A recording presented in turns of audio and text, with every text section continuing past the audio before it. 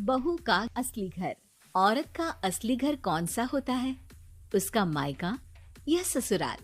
चलिए इस कहानी में जानते हैं। मानसी को घर सजाने का बहुत शौक था। एक दिन मानसी अपने पिताजी से कहती है, पापा, कल आते वक्त सड़क के किनारे लगे रंगीन गमले लेते आना। छत में छोटा सा गार्डन बनाऊंगी। अरे 2 महीने बाद तेरी शादी है। ससुराल जाकर ही सजाना, वही तेरा असली घर होगा।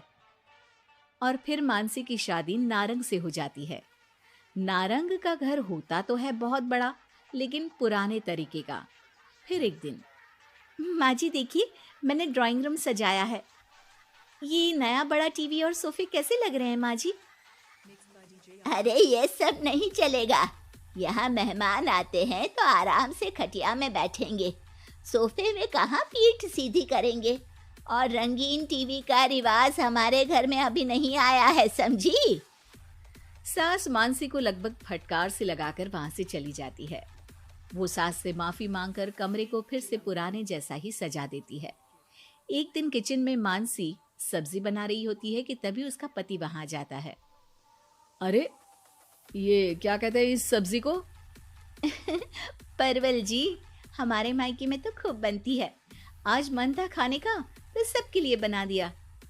अरे खाने का मन हो तो अपने घर पर जाकर खाओ ना। अब मानसी समझ जाती है कि पिता ने उसका दिल रखने के लिए ये कहा होगा कि ससुराल ही उसका असली घर है, जबकि उसका असली घर तो उसका मायका ही है।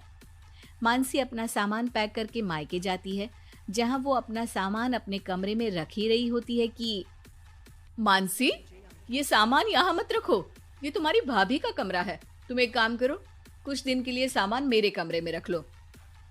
कुछ दिन के लिए मतलब? अगर मुझे हमेशा रहना पड़ा तो माँ? अरे शुभ शुभ बोलो बेटी, हमेशा क्यों मायके में रहेगी? बेटी का असली घर तो उसका ससुराल ही होता है। मानसी को माँ की बात समझ में नहीं आती कि आखिर कौन सा घर उसका है। वो इसी उधेड़-बुन में अपने कमरे में जाती है जो शादी से पहले उसका हुआ करता था। अलमारी खोलती है कि तभी पीछे से उसकी भाभी उसे टोक देती है। अरे दीदी, ये क्या? कुछ चाहिए था क्या?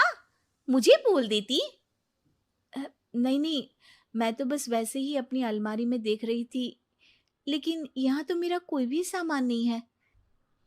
दीदी, अब ये अलमारी मेरी है। आपकी शादी के बाद कमरा और अलमारी दोनों ही मेरे हैं।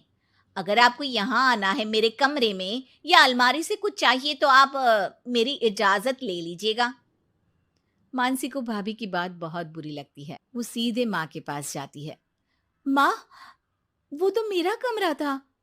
हाँ बेटा था, लेकिन अब तो तेरी अलमारी तेरे ससुराल में है ना। हाँ, लेकिन वहां तो मैं अपने अनुसार कुछ भी नहीं कर सकती। हर बात पर सास से पूछना पड़ता है। उनके कहे अनुसार ही घर पर रहना पड़ता है। और अब यहाँ भी तुमसे और माँ से पूछना पड़ता है। तो फिर मेरा घर कौन सा है माँ?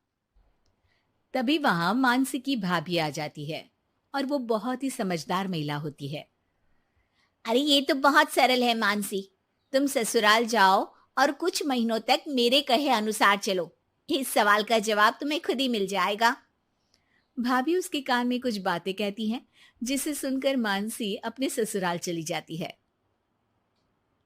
अरे आज सुबह सुबह काम वाली के लिए दरवाजा किसने खोला?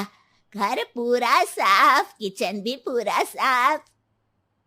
माँ जी, आप रोज सुबह 5 बजे उठती हैं, ये मुझे ठीक नहीं लगता। इसलिए आज काम वाली बाई के लिए मैंने दरवाजा खोल दिया। थोड़ी देर के बाद मानसी ससुर के पास नाश्ता और दवाई लेकर आती है। अरे मानसी बेटा तुम। हाँ पापा, आप समय पर नाश्ता करके दवाई ले ले। मानसी पति के लिए टिफिन पैक करती है और पति को देती है। अरे मानसी, आज तो मेरी अलमारी बहुत साफ है और आज खाना भी मेरी पसंद का। क्या बात है। धीरे धीरे मानसी ससुराल वालों में सबका ख्याल रखती है, सबका ध्यान रखती है। एक दिन, ये क्या है मानसी? अब माफ करिएगा मम्मी जी, आपके मना करने पर भी मैं एलईडी टीवी ले आई। काम करने के बाद जब मैं फ्री होती हूँ ना, तो टीवी देखने का बहुत मन करता है। ब्लैक एंड व्हाइट टीवी में मुझे समझ में नहीं आता, इसलिए अपने कमरे के लिए कलर टीवी मंगवाया था। अरे बेटा, तेरा घर है, अपने कमरे में क्यों? ड्राइंग रूम में ही टीवी लगवा दे, हम भी देखेंगे। मानसी सास की बात सुनकर खुश हो जाती है। अरे मानसी, याद है एक सब्जी खाने का तुम्हें बहुत मन था, तो वो सब्जी बनाओ ना, हम सब लोग भी वही खाएंगे। लेकिन वो तो यहाँ पर बनती नहीं है ना। अरे भाई, किचन तुम्हारा है, इस घर की तुम मालकिन हो, अब तो तुम जो खिलाओगी वही खाएंगे हम।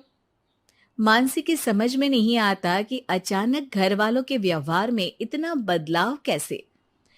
वो अपनी भाभी के पास मायके जाती है। भाभी, आपके कहे अनुसार मैंने सबका ख्याल रखा, घर की हर छोटी जरूरतों को मैंने खुद पूरा किया, और अब तो घर का हर सदस्य मुझे ही घर की मालकिन मानता है। लेकिन ये क्या फॉर्मूला थी भाभी, समझी नहीं मैं। देखो मानसी, घर किसी एक का नहीं बल्कि पूरे परिवार का होता है।